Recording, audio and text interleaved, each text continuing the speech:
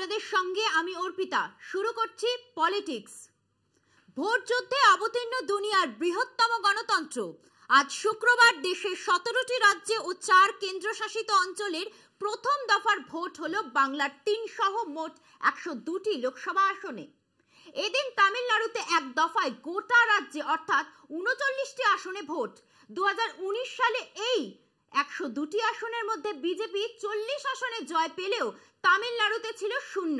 স্বভাবতই 400 আসন অতিক্রমের পরীক্ষায় প্রথম দফা থেকেই কঠিন চ্যালেঞ্জের মুখোমুখি নরেন্দ্র মোদী। কেন্দ্রে সরকার হলে ইন্ডিয়া জোটকে আমরাই সাহায্য করব, আমরাই নেতৃত্ব দেব, বাংলা নেতৃত্ব দেবে। অষ্টাদশ লোকসভা নির্বাচনের প্রথম দফায় ভোট সম্পন্ন হলো। গত লোকসভা ভোটের নিরিখে এই প্রথম দফার ভোটে নরেন্দ্র মোদীর বিজেপির সঙ্গে সমানে সমানে টক্কর হয়েছিল বিরোধীদের। ঘটনাচক্রের সেই বিরোধীরা এখন ইন্ডিয়া নামে ঐক্যবদ্ধ। স্বভাবতই ইন্ডিয়া বনাম এনডিএর প্রথম দফার লড়াই মোদীর পক্ষে মোটেই খুব স্বস্তির নয়। তামিলনাড়ুর 39, রাজস্থানে 12, উত্তরপ্রদেশে 8 আসন সহ মোট 102টি আসনে ভোট হলো প্রথম দফায়। গোবলায় পশ্চিম বা পূর্ব ভারতে বিজেপির আসন সংখ্যা 2019 সালের থেকে বৃদ্ধির সম্ভাবনা খুবই ক্ষীণ। উল্টে প্রতিষ্ঠান বিরোধিতার মোকাবিলা করতে হবে বিজেপিকে, তাই বৃদ্ধির বদলে আসন কমার সম্ভাবনা প্রবল এনডিএর। দক্ষিণে গতবার কর্ণাটক হাতে ছিল, এবার তাও হাতছাড়া। তেলেঙ্গানা, অন্ধ্রপ্রদেশ, কেরল ও তামিলনাড়ু কোথাও পদ্মের পক্ষে পদে পদে কাঁটা। আর তামিলনাড়ুতে তো গতবারের মোদী ঝড়েও খাতা খুলতে পারেনি বিজেপি। ইন্ডিয়ার অন্যতম শরিক এম.কে. স্টালিনের নেতৃত্বাধীন ডিএমকে 39 আসনের মধ্যে 38টি দখল করেছিল। বাকি আসনটি পেয়েছিল প্রয়াত জয়ললিতার এআইএডিএমকে। সেই তামিল ভূমে নিজেদের গ্রহণীয় করে তুলতে 5 বছরের চেষ্টা ত্রুটি রাখেনি মোদী স্বয়ং। কেননা তামিলনাড়ু সমেত দক্ষিণে আসন বাড়াতে না পারলে মোদীর 400 আসন পার করার স্লোগান হাসির খোরাক হয়ে থাকবে।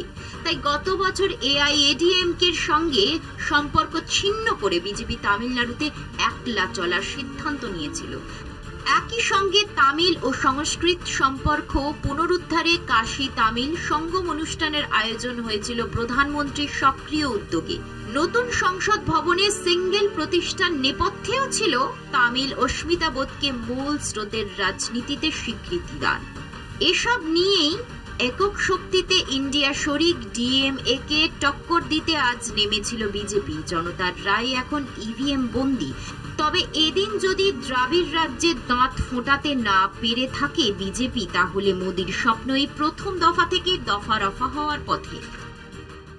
As far as Tamil Nadu is concerned, I am absolutely confident that the India group, India combination will win all the 39 parliamentary seats in Tamil Nadu. Tamil Nadu বাদ দিয়ে বাকি 63টি আসনে 40টি আসন এনডিএ পেয়েছিল। এবার সেই ফলাফল ধরে রাখা খুবই কঠিন কেন্দ্রের শাসক দলের পক্ষে। মোট আসন লোকসভায় 543, আপকি বার 400 পার। মোদীর সেই স্বপ্ন পূরণ করতে হলে অবশিষ্ট 441টি আসন হাতে থাকবে পদ্ম শিবিরের।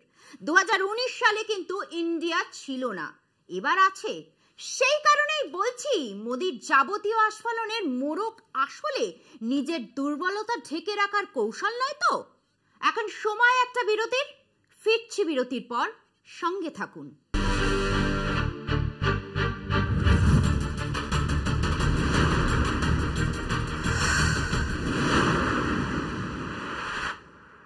নিশীথ প্রামাণিক বনাম উদয়ন গুহ। বিদায়ী কেন্দ্রীয় মন্ত্রী ও রাজ্যের মন্ত্রীর দ্বৈরথে শিরোনামে কোচবিহার।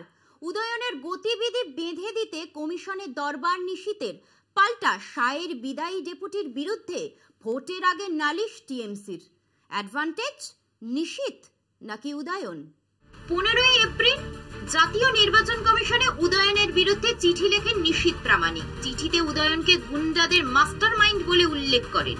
ভোটের দিন উত্তরবঙ্গ উন্নয়ন মন্ত্রীর গতিবিধি নিয়ন্ত্রণের দাবি করেন। সংঘাতের শুরু যদিও তার আগে। গত মার্চ মাসে কার্যত হাতাহাতিতে পৌঁছে যায় দুই বিরোধী নেতার রাজনৈতিক লড়াই।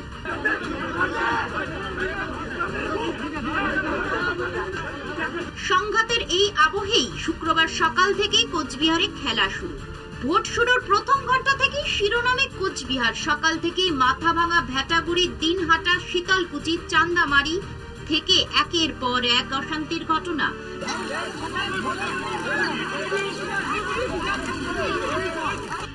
ভেটাগুড়িতে আহত অনন্ত বর্মন, তাকে দেখতে তড়িঘড়ি হাসপাতালে উদয়ন। পুরো মেরেছে, প্রথমেই ও যাওয়ার পরেই ওকে অ্যাটাক করা হয়েছে, ওর মোবাইল কেড়ে নেওয়া হয়েছে।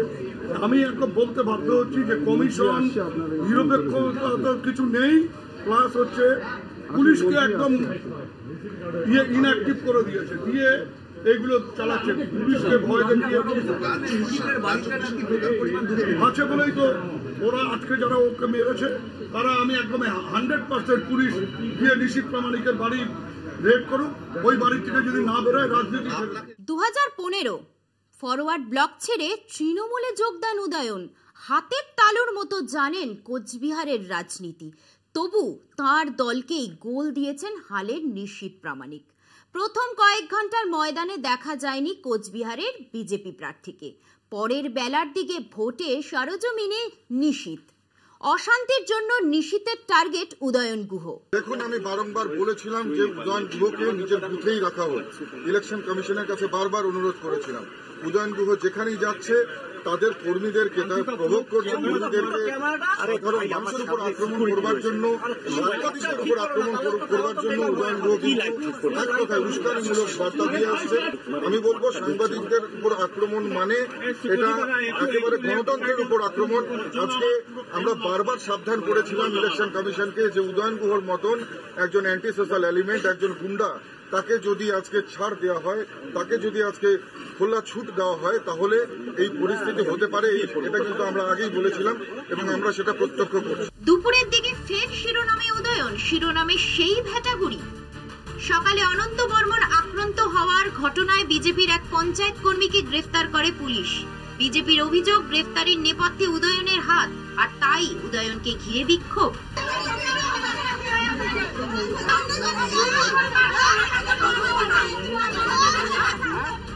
যদিও বিজেপির এই বিক্ষোভকে আমল দিতে নারাজ উদয়ন গুহ, কলকাতা টিভিকে উত্তরবঙ্গ উন্নয়ন মন্ত্রীর এক্সক্লুসিভ প্রতিক্রিয়া।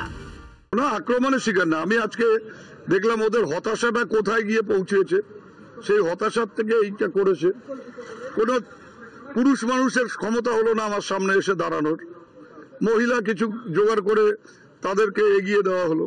দিনের শেষে কে এগিয়ে কে পিছিয়ে তা নিয়ে দুই শিবিরেরই কাটা ছেঁড়া বিশ্লেষণ। একদিকে অমিত শাহের ডেপুটি সাংসদ হিসেবে এলাকায় যার উপস্থিতি, দায় দায়িত্ব নিয়ে একাধিকবার প্রশ্ন উঠেছে। প্রচারে প্রতিটি জনসেবায় নিশীথের বিরুদ্ধে তোপ দেগেছেন খোদ মুখ্যমন্ত্রী। উল্টো দিকে উদয়ন গুহ, রবীন্দ্রনাথ ঘোষ, পার্থপ্রতিম রায়, এই ত্রিভুজের রসায়ন নিয়ে তৃণমূলের অন্দরেই চোরা স্রোতের বিপদ সংকেত। ভোটের অঙ্কে তার মেরামতি কতটা করতে পারল তৃণমূল, প্রশ্ন থাকছেই। এখন সময় আরো একটা বিরতির, ফিরছি একটু পরে, সঙ্গে থাকুন।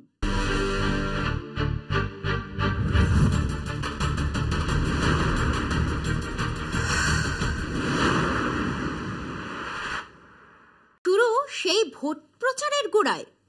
ভোটের দিনও তার জের দেখল কোচবিহারবাসী।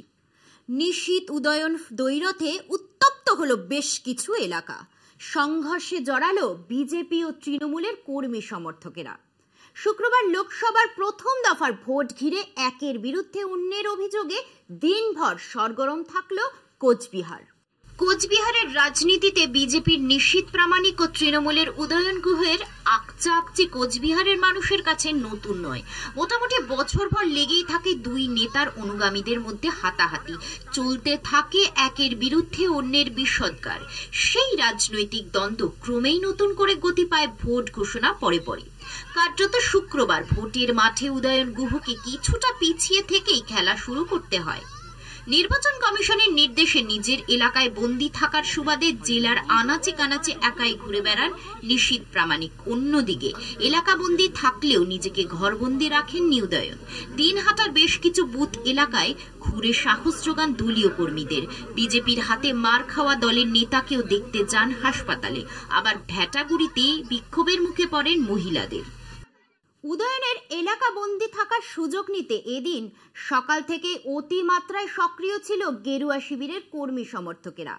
বিজেপির হাতে দিনহাটার 1 নম্বর ব্লকের তৃণমূল সভাপতি অনন্ত বর্মনের আক্রান্তের অভিযোগ করে খাসফুল।